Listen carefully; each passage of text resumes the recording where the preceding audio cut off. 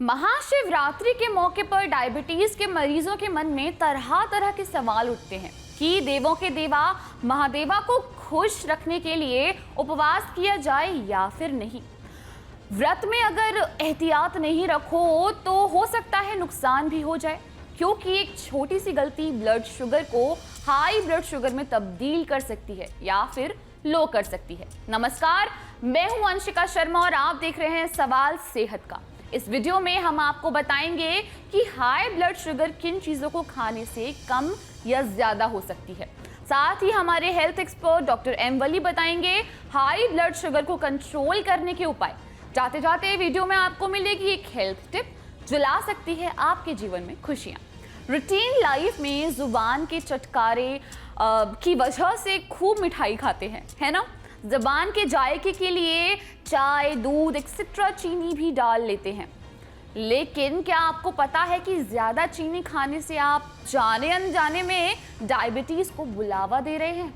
चीनी में कैलोरी का लेवल बहुत ज़्यादा होता है, जिसकी वजह से हमारी भूख मर जाती है और वज़न तेज़ी के साथ बढ़ने लगता है। वज़न बढ़ने से बॉडी का ब्लड सर्कुलेशन गड़बड़ा जाता है।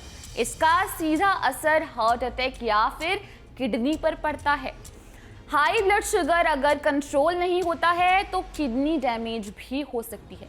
मेडिकल के एक सर्वे में पाया गया है कि डायबिटीज के मरीजों को हरी पत्तेदार सब्जियां और सलाद खाने से फायदा मिल सकता है।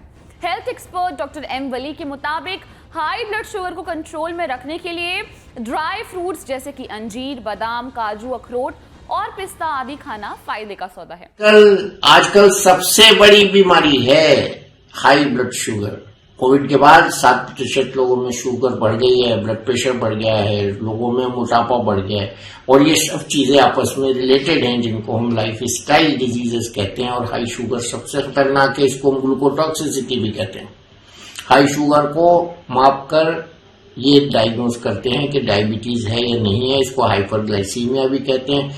आज के समय में डायबिटीज सबसे खतरनाक बीमारी है और इसमें हमको तुरंत डॉक्टर की सलाह लेनी चाहिए। डाइट के जरिए, व्यायाम के जरिए, योगा के जरिए, इंसुलिन और टैबलेट्स के जरिए डायबिटीज का सफल इलाज मुमकिन है। उन केसेस में जिनमें सब मोडालिटीज काम नहीं करती हैं, उसमें हमारे पास मॉडर्न इंसुलिन्स हैं, हमारे पास लॉन्ग एक्टिंग, शॉर्ट एक्टिंग इंसुलिन्स हैं, हमारे पास कुदरत जैसा इंसुलिन निकालने वाले तरीके से बर्ताव करने वाले इंसुलिन्स हैं।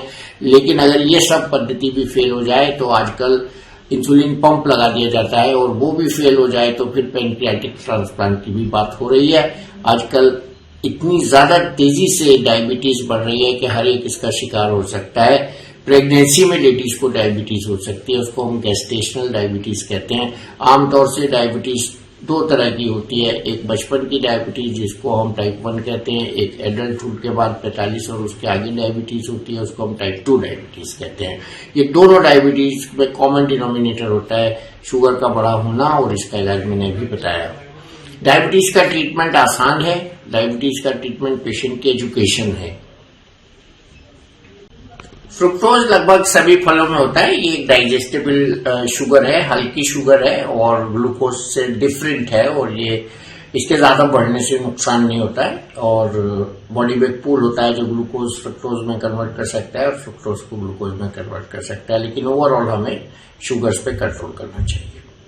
जहां तक सवाल है तांबे का, तो तांबे के बर्तन में पानी पीना बहुत अच्छा है, सेहत के लिए बहुत अच्छा है। कॉपर एक ट्रेस एलिमेंट है। कॉपर ब्लड के फॉर्मेशन में, नसों में, ब्रेन में, मेमोरी में और इंटेस्टाइनल मूवमेंट में, बोन के अंदर ब्लड सेल्स बनने में, इन सब चीजों में कॉपर बहुत फायदा करता है। और आजकल तो मॉडर्न लिविंग में कॉपर के यूटेंसिल्स बहुत तरह तरह के थर्मस बन रहे हैं, ग्लास बन रहे हैं, तो हमको तो अपने सिराने ही रखना चाहिए कॉपर का बर्तन। दूसरे खाना पकाने के बर्तनों में हमें स्टील का त्याग कर देना चाहिए, एल्यूमिनियम का भी त्याग कर देना चाहिए और हमको कॉपर के बर्तन अपनाने चाहिए।